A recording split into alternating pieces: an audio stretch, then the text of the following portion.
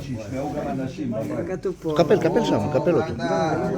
אז תשים נייר. אלוהינו מלך העולם, אשר קדש על מצוותיו, וציוונו להדליק חנוכה.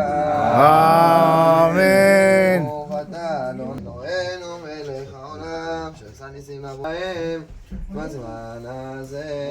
אמן.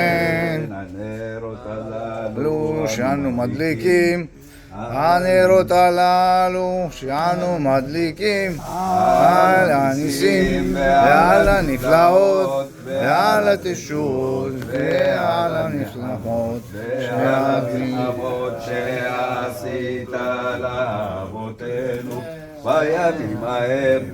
בימים ההם בימים ההם בזמן הזה. הקדושים בכל שמונה אלה הנרות הללו קודש הם, אין לנו רשות להשתמש בהם אלא נורתך מלבד כדי להודות ולהלל שמך הגדול על ניסיך ונפלאותיך ועל נפלאותיך.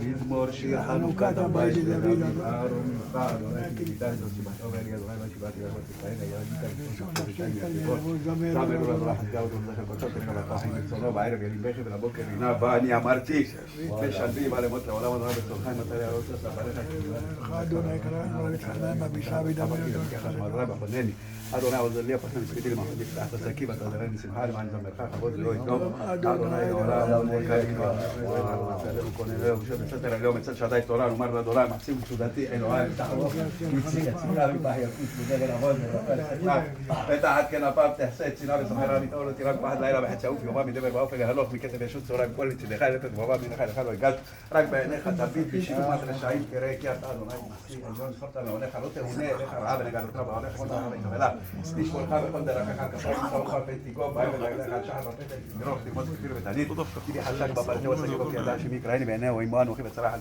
חלצהו ולחבדיהו אורך כלים מצביעו לישועתי חנה אין לרבח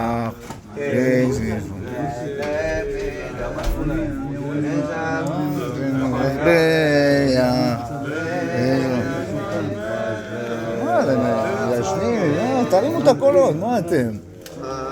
מזמור בשיר מזמור חנוכת המזבח אז אגמור בשיר מזמור חנוכת המזבח חנוכה, חנוכה